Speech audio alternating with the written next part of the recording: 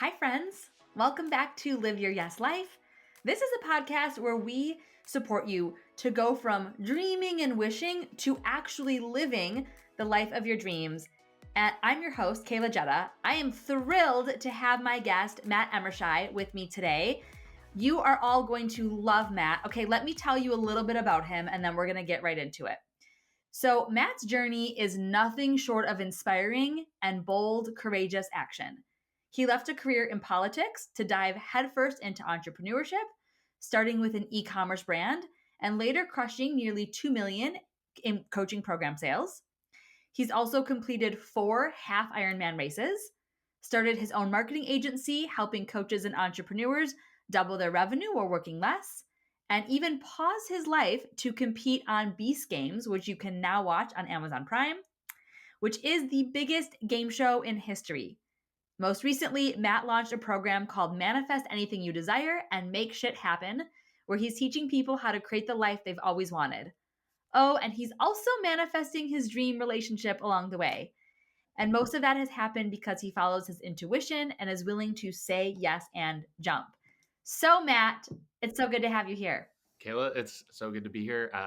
Privileged to be a part of this with you, and so happy to see you. So thank you for the kind words.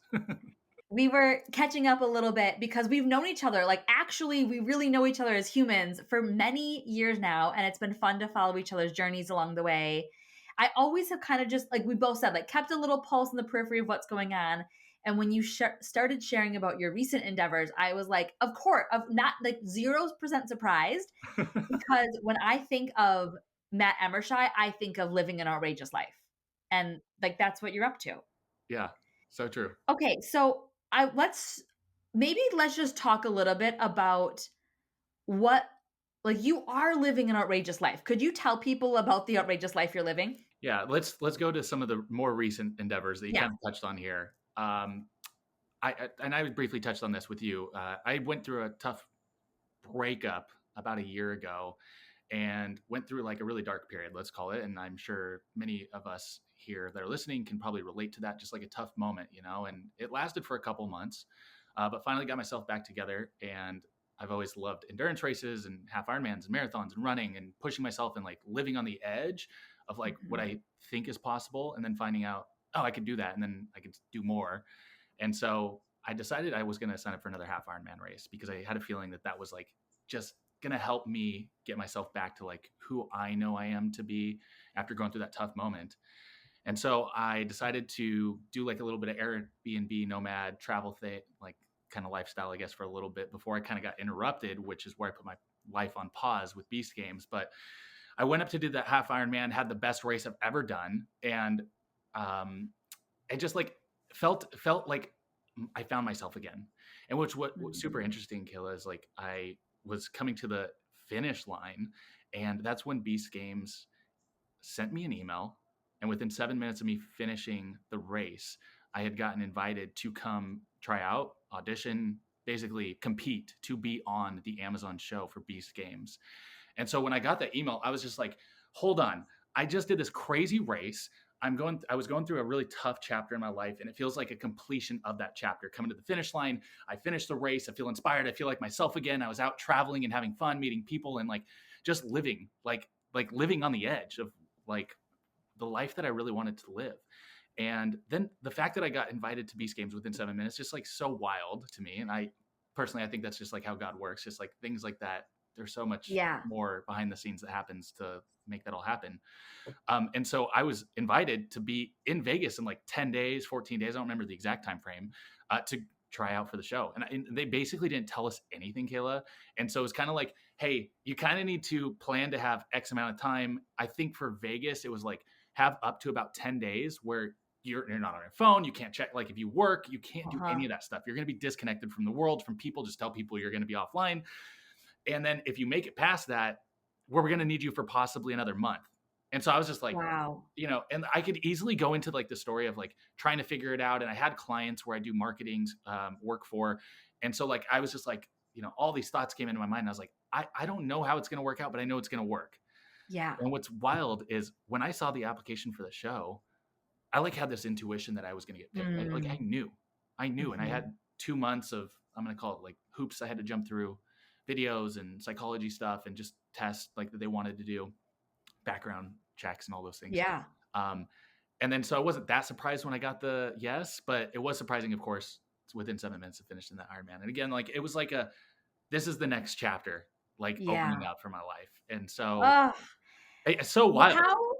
how rad, how epic. Okay, there are a couple things that I want to speak into that you're just sharing so many nuggets of wisdom already. One is that you went through a tough time, which I'm sorry about, and we all do. You know, like we're human, and what I hear is that you let yourself be in that space. Where I think some people are like unwilling to go to the dark or go to the depths of it, and you were like, "Okay, I'm here." And then you didn't like resign yourself to, well, I guess this is my new normal. It was a season of life. And then you started creating momentum. And one of the things I say to my clients always is like, if they're feeling stuck in business, like go create momentum somewhere else, shake up your physical routine. And that's what you did. You were like, okay, my relationship, that's kind of, but I'm going to create momentum with my physical routine. Yes, 100%. And where I've discovered this was when I was stuck in the e-commerce business 4 years prior. Like I had always admired some people that I knew that had, let's call it success in life in the Uh-huh. areas that mattered to me, that were doing outrageous kind of races. What I saw as Yeah. outrageous races, what I just call Yeah. half Ironmans and Ironmans now. And so I decided I'm just going to sign up for one day. And so I signed up and had exactly 16 weeks to prepare for it. And that changed my life, Caleb, because like you're talking about like how if you're stuck in one area, go do something else in some other Hmm. area. And how I see that is it kind of bleeds over, and the characteristics that might get built within that space of doing something different will actually lead to the areas that I think maybe you're stuck in, that we get stuck in. Right. And Yeah. so like how I even decided to do that was I saw that I was a bad finisher. Like I started things a lot of times, Mm. projects, and didn't finish. Um, I usually didn't have a strategy. I wasn't good at planning. And so like I looked at Ironmans, I was like, I literally have to be a good finisher to get to the finish line. I have Yeah. to have a strategy and a plan to like make it, to be able to go from Yep. not really running and definitely like not being on like a bike that they use, a triathlon bike.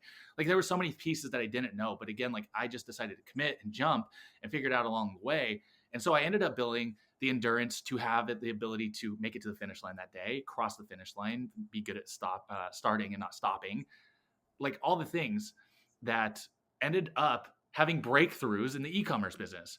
And like, so I'm so glad you brought it up because I love talking about that topic. And I'm hoping whoever's listening here, like maybe they're pulling a nugget or two away, because like that's my only intention for sharing this. It's not like about me. It's like I think this is available for all of us. Yeah. I wholly agree, and exactly what you're saying is that we're stuck somewhere because we need to have some kind of personal breakthrough. And we're probably not going to be able to create it there because we're stuck.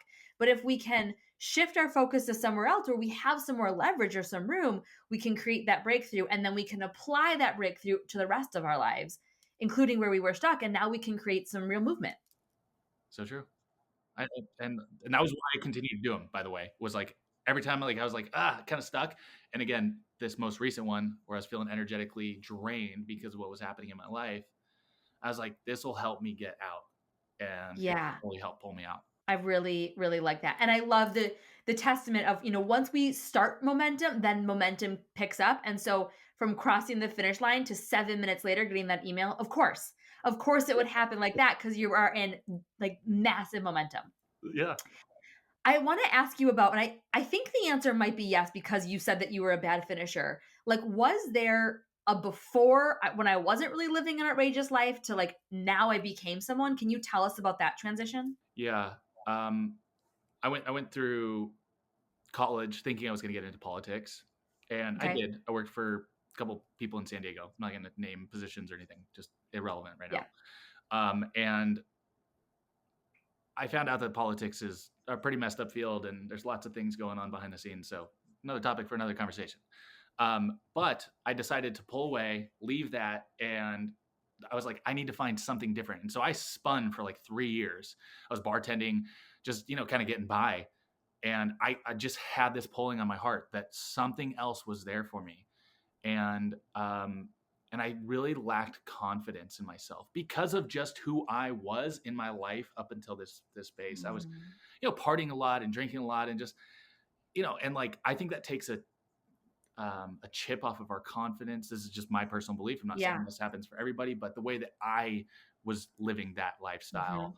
it was chipping away at my confidence, who I was, my belief, and I had a lot of negative self-talk. And so, yeah, I mean, like I was stuck for 3 years before you met me, Kaela, and like, Wow. where our paths cross, of course, Yeah. doing like leadership type work, emotional intelligence type work is where I finally went to the depths of the traumas that were holding me back and the things that had happened in my past that like were still there operating in my subconscious or however it works that were still holding me back. And so there absolutely was that, like, that space that I came from really before knowing you and I kind of crossed paths.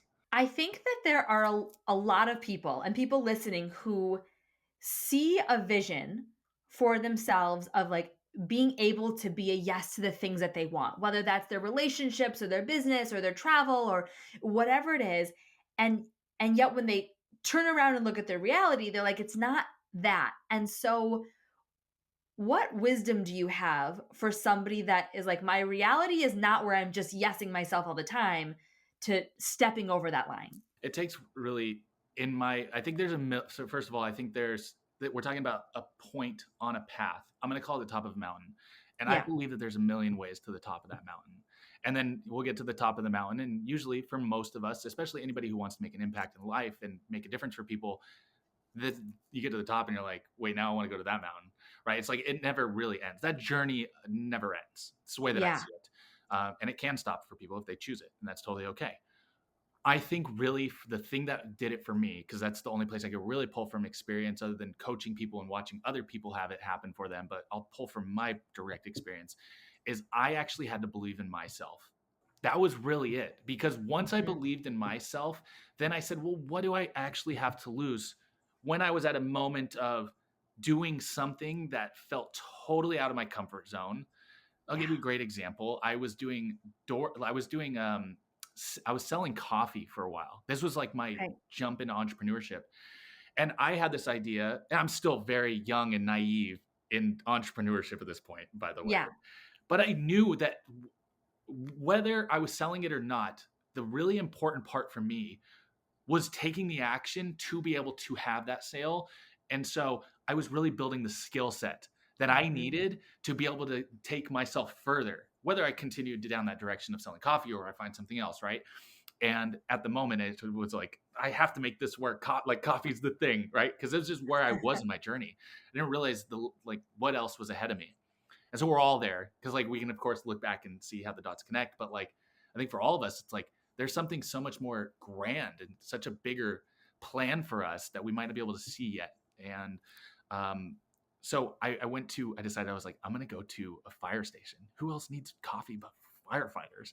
So I literally walked in Ocean Beach in San Diego, knocked on the door of a fire station without calling anything. Like I was just like, I'm just gonna go for it, right? And I'm standing at the door and I'm so nervous because I'm like, I, right? I love this. I'm sure you could see it. I'm like Yeah. 25, still trying to figure it out. Again, lacking confidence. But these were the types of things where I started to find the confidence, belief in myself. Was I knew I had to take the action that would allow me to start to build that confidence in myself. And again, million paths to the top of the mountain of building confidence. But courage, I think, is a great place. And so I'm there and I'm super nervous. I'm starting to sweat and I knock on the door and they don't answer. And I was like, well, I'm here. So I had a choice point. Do I walk away or do I just open the door and see what happens? Right. And it's like, Right. this is all of us in life, right? We're at those choice points. We walk Yeah. away, choose something different, or do we have the courage to walk through that door? And sometimes it can be portals to totally different lives or whatever, right? Results. Absolutely. So I walked through the door. And the first firefighter I end up seeing, I walk in, I'm like, hey guys, like, just checking in, right? And I don't remember what I said. This is Yeah. 10 years ago, 12 years ago, 15 years ago. And the first firefighter I saw was kind of a dick. He was like, he was upset that I was in there. And so I got red, I Yeah. out. And then another guy came around the corner and he was so much more kind and generous. Just like, oh, hey, like, like cool of you to stop in. And, you know, I had the conversation and it didn't end up in a sale, but like doing those things were the things, again, Ironman's another example. Like I try to do this as many areas as I can. And, you know, there's many places I don't do it, but I try to look for those opportunities of those choice points where I can walk through a doorway and I up level a skill or I up level a confidence belief set, whatever it is. Um, and, and do that as often as possible. And so I'm hoping I kind of answered that question of like, that was like, Beautifully. those There's types of things. so much wisdom in what you shared. And it also brings forward for me that a skill that successful entrepreneurs really need, which you are building and sharpening consistently, is the willingness to be with all of it. That you could be, when you made that decision to, I'm going to walk in, it's like they might run me out, they might reject me, they might be mad, they might be generous, they might want to buy all my product and refer me to all their friends. Like any of the possibilities could occur, and you can be with that. That's it.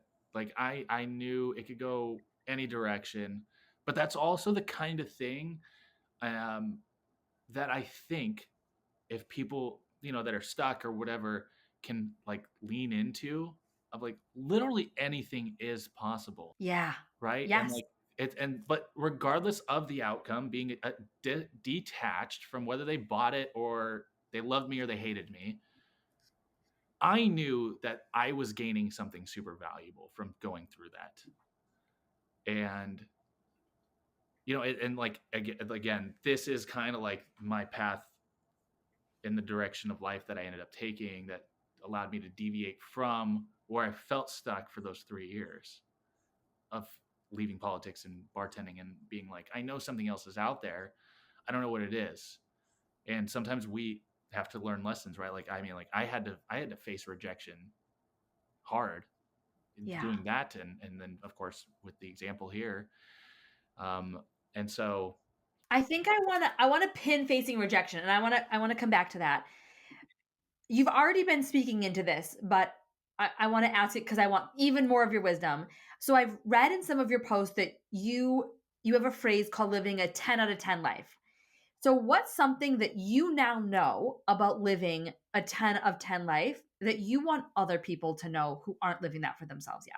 first, that is possible. Like it Mhm. really is. Me going through, and the reason I can share that is how quickly things can change and how quickly it's happened for me. And I'm sure you have a ton of these Mhm. stories, Kayla. Um, you know, like just how quickly my life changed when I was bartending. So, and fast track that story, coffee wasn't it. But looking back now, I'm like, I see how that absolutely helped me with where I end up going. Yeah.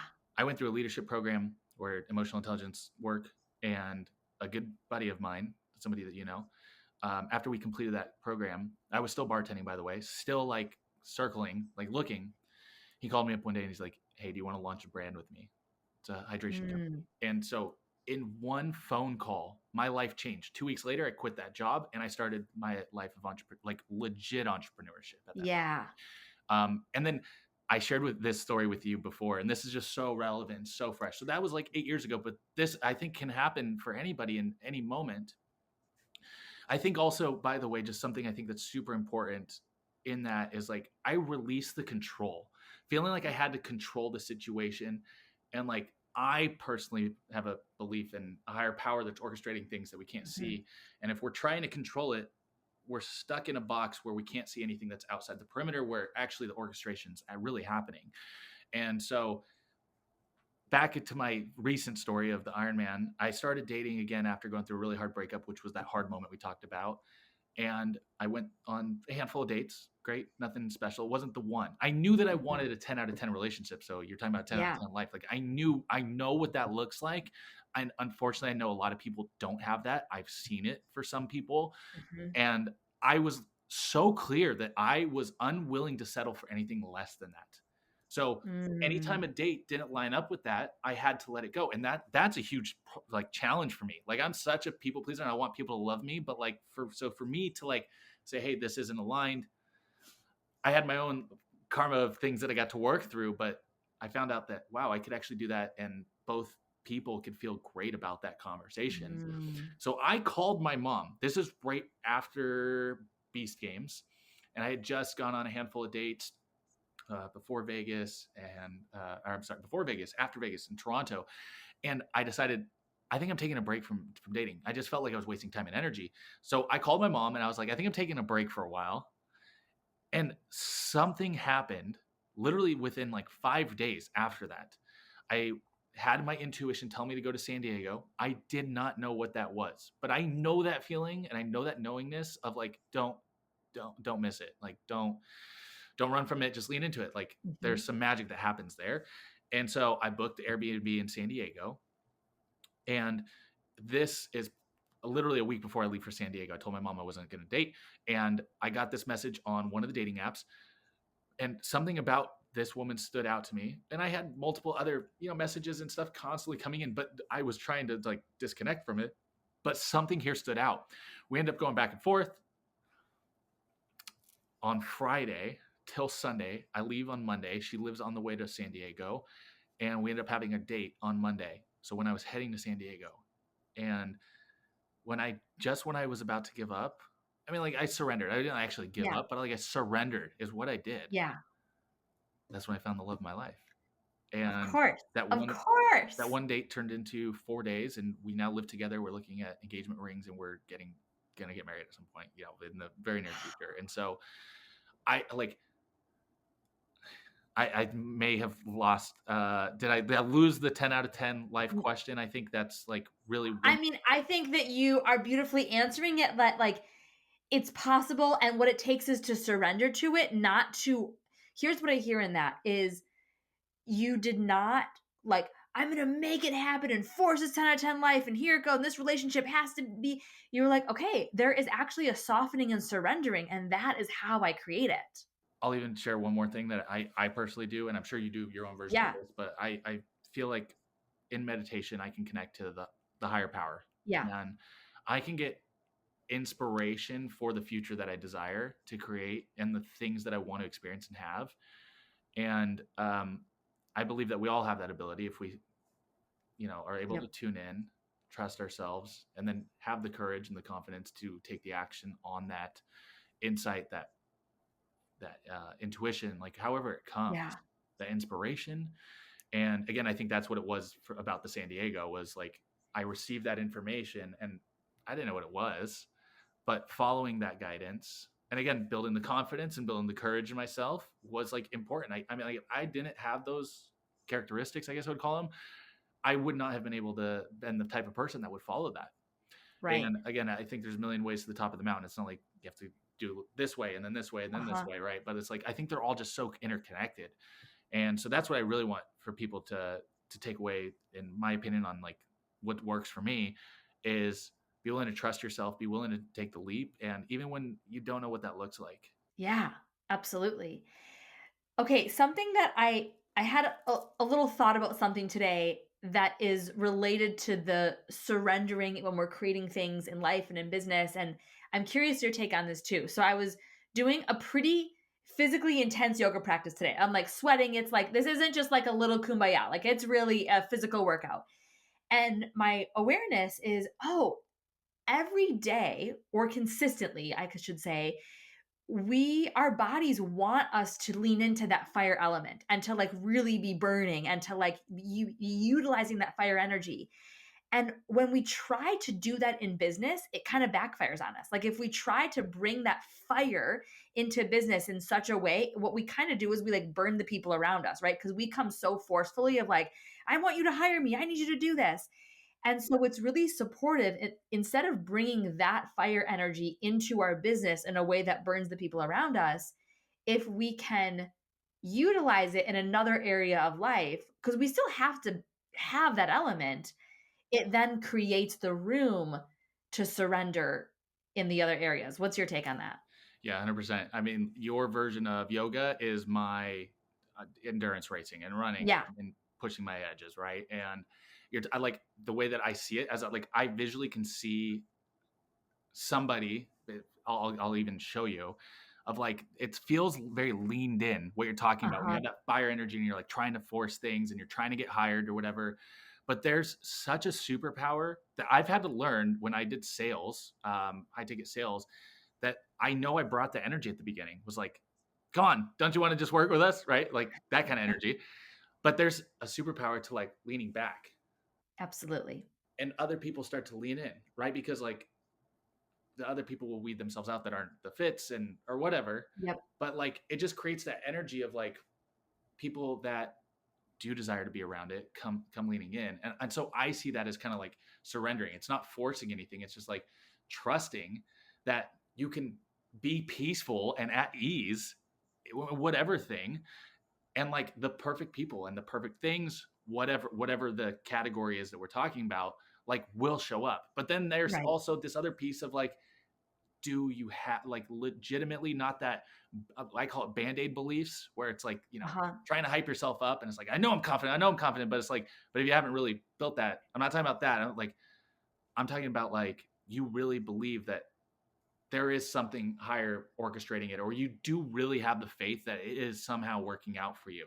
And so I think those two in tandem, the surrender plus the faith, is like a magical wand that creates extraordinary results. And again, like leads to those doors that open you to new portals where totally different realities. 1000%. And if you're not in a space where you have that self trust and that surrender, then it's time to go and build that skill set somewhere. And maybe you can't do it in that environment, but find the environment, create the environment for yourself where you can build that skill set to apply to your life. Yeah. Okay, so I do want to talk about Beast Games and specifically through the lens of something that I know to be true about you. Oh, yes, your number, what, 851? Is that 851. 851? Here you are. Okay, so something that I know about you and that I have seen you be speaking into um, while you're sharing on social media, I want to talk about Beast Games through the lens of being a person of high integrity. And like Matt, I know that you're a person of high integrity. So tell us a little bit about this experience and what it was like to be a person of high integrity in this environment. Oh gosh, yeah. Integrity, I think, is one of the characteristics. Again, like it's interesting that we keep coming back to these different characteristics, and this is what I think it really takes to tap into this magic is some of these different characteristics we are talking about, having the surrender and faith. But integrity is one of the most important ones to me. And like I couldn't have built. We were talking about the confidence and the courage, and like the trusting of myself. I don't think I could have actually leaned into that and cultivated that and created that for myself if I couldn't count on me being integrous. And so how I define that is doing what I say I'm going to do and not doing what I say I'm not going to do. Because for so long I would tell people something and I would do something completely different. And then there's also the sneaky ones that we tell ourselves, which I would do all the time. Oh, I'm going to Mhm. start it tomorrow. But if I hadn't said it out loud, I would make it okay.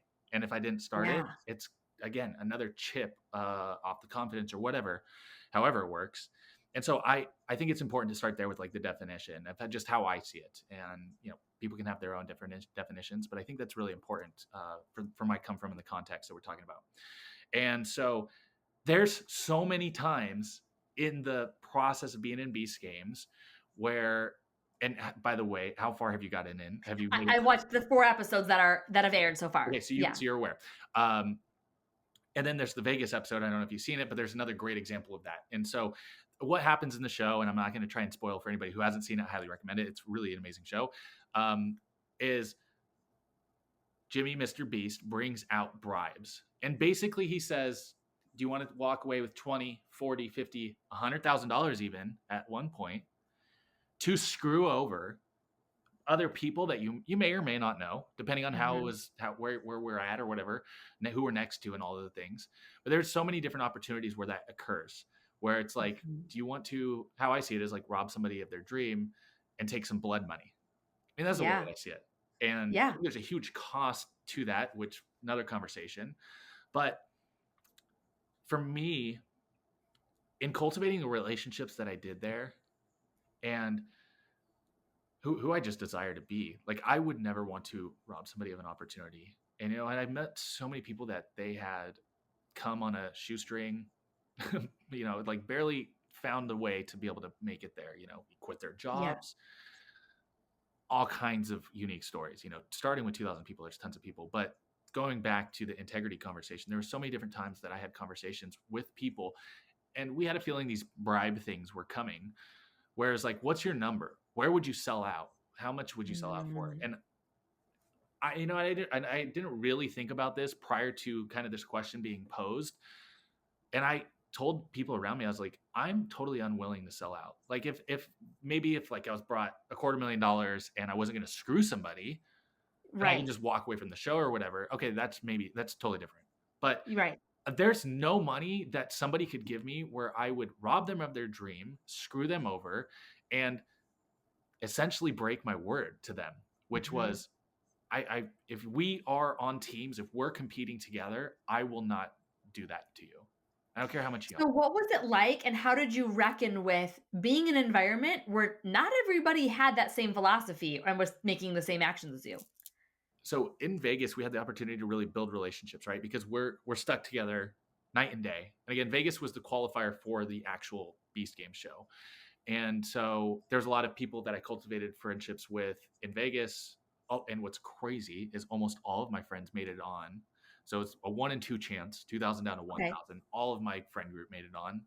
Not like I'm not surprised because I think when you're working with people that you trust, this is the Yeah. type of stuff that happens, right? And especially with the same aligned goal. So looking at this Yep. at how it relates to business is like, how do you get a team of people aligned on a same vision, same goal, and then defy the odds?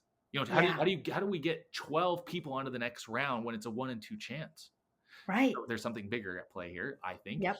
And and I also look for people who have these same characteristics in me because I'm looking for people that I can trust and count on and connect with in a way that transcends shallow conversation and being around people that I think, and again, this is me trusting myself. I can read people that I could just feel their energy. I can pick that kind of stuff up. That's just a gift I think that I've always had.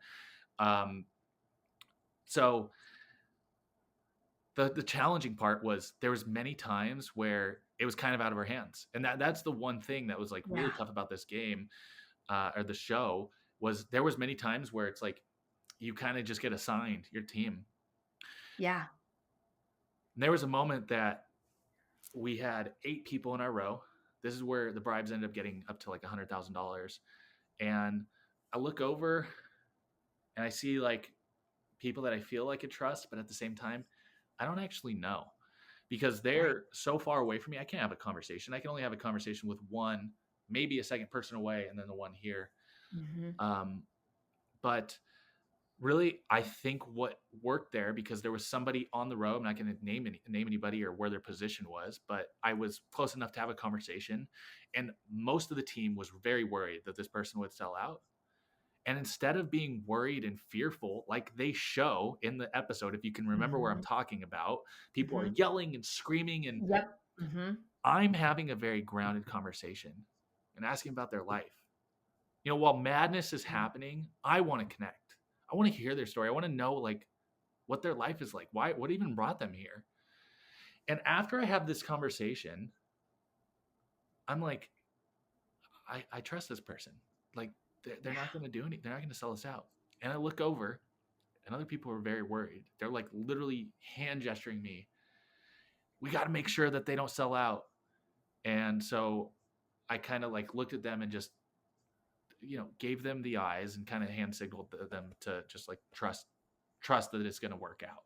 Again, Yeah. this is like my operating system is like, I'm always trusting that it's going to work out and fast track to, well, I'll stop there because you may want to take that in a different direction, but like Well, that's really what I it comes thank down you for sharing all of that. And so, okay, so I've watched the 4 episodes that have aired. And how if someone was like, "What do you think of Beast Games?" Honestly, I I feel so conflicted. Like on the one hand, the concept is so cool. It is a fun watch. Like I think that it's like really awesome how many people are making money. It's generous, it's creative. On the other hand, I'm like, I don't know if it was my personal cup of tea. Like, there's like chaos and there's so much. Like, I don't normally put myself in an environment where people are like just screwing each other over and just like, it was kind of jarring to my nervous system. And I was like, but I also know that, we're seeing 40 minutes of what was hours and hours and hours and hours. And they're playing it up for entertainment. Um, but so I really appreciate you speaking into that there's many ways to play the game, right? And the way some people played it was from this frenetic, fear-based. let's force people and make sure and yell and scream. And then there's your approach, which is your approach in life, to let's create connection and be grounded. Yeah. And that jarring, anxiety inducing energy that can be picked up on from just watching the show, and it brought it all back, right? Because there's so many things that like I'm out of control of. Like it really, Yeah. when it comes down to somebody doing that, it's like, again, I just come back to you. I'm trusting it's going to work out, however it's going to work out, and it's going to be perfect for me. I don't know why. And I have a wild story for you here in just a second. I think if you Okay. want to touch on it, how it relates to the relationship of my dreams, and finding her. But one of the crazy things that, you know what, I'm trying to think if I could talk about this or not. Some of this stuff I can't talk about. Okay, I know where I want to go. And I think this has a powerful lesson, I think, in terms of watching the show, because again, watching that, and I've watched it with many people want to watch it with me, and a lot of people have that experience, by the way. Here's what's cool, Kaela. The one thing that you're not seeing and that they're not showing. 1,000 people, right? In at the first episode, cuts down to 500. Then we go to the city, and then 500 turns into 200 or whatever it is. Some of the stuff they don't show is what was happening behind the scenes. It's easy to look at that and see a handful of people choose to sacrifice other people for money, take blood money or whatever, screw people over, and feel whatever comes up. But the way that I also look at it is, but look how many people didn't do that. Yeah. There was True. 900 people, or like, I don't remember the exact numbers, right? So stay with me for just the sake of the conversation. Yeah. But there's, like 600 people left, and only 10 people took the bribe. So I think this is actually a microcosm of what's happening in the world, and what happens through like news and media and all this stuff of like things get exemplified and like blown up. But really, there's so many other good things that are happening within there that we're not focusing on, and we're not sharing the stories around. That's such a good point. Like, I'm going to use the word villain for lack of anything better. Like, we highlight, like, there's 10 villains, and the story could be 590 people trust each other. Yeah, 90% of people are in a state of trust.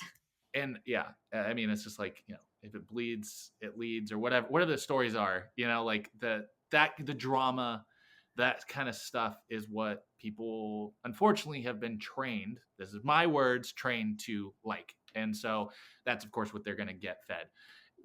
Sure. And that's popular. And so the other things that I think are really cool, just some behind the scenes stuff. This is that I haven't shared this with anybody. So this is like for you and for the listeners here.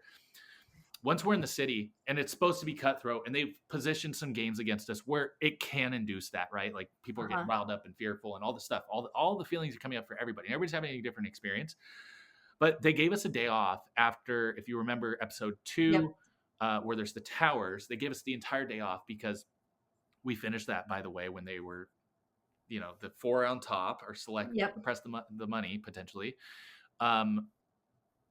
That finished at like 6 a.m. So they gave us the rest of the day off. So we went back, slept, woke up, and there was like a yoga and breathwork class for however many people are left. There's maybe like 300 people left now at this point. And like almost half of the people are there, and people are having like transcendental experiences, falling, releasing trauma, coming together and having this like deep connection where the world looks at this and say, you're supposed to be cutthroat and screw people over. But no, we're having like these deep, intimate conversations and diving deep and letting go of trauma for some people, and like just coming together in a way that I can't explain. It's kind of like, you'll remember this, of like some of the deep work that we've done together. Of like, you've just now been bonded over these crazy types of experiences you've gone through, but we're using it to come together closer. And so that happened, and there was like sermons going on where like 100 or 200 people would show up. So we're talking like half to 2/3 of the whole entire cohort that's left coming together for something bigger. And again, like I look at this and I'm just like, this is the world. That like, it's so easy to get fixated on the villains and the screwing over and what gets sensationalized.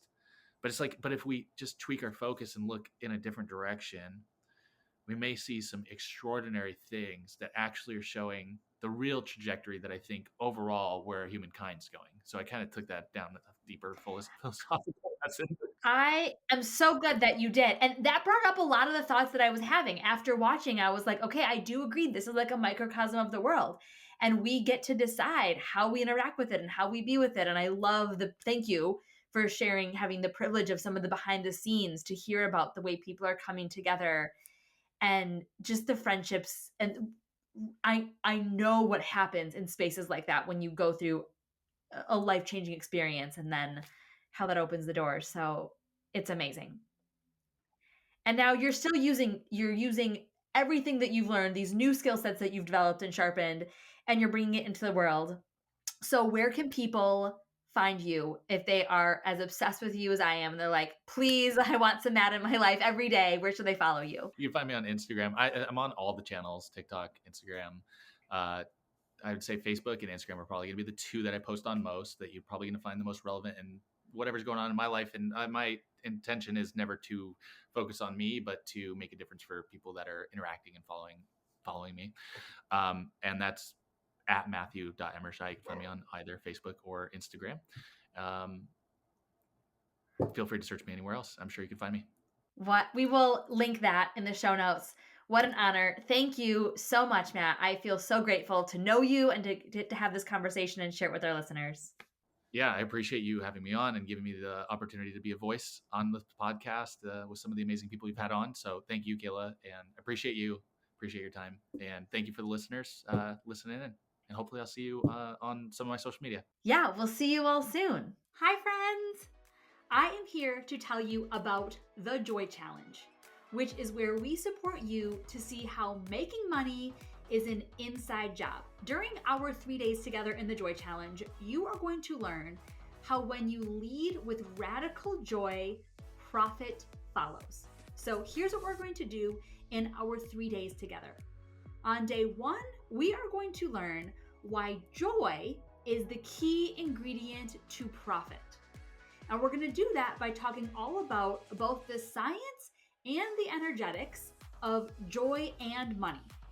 We're going to use this information to make sure that you are operating inside what we call the zone of possibility instead of the zone of sabotage.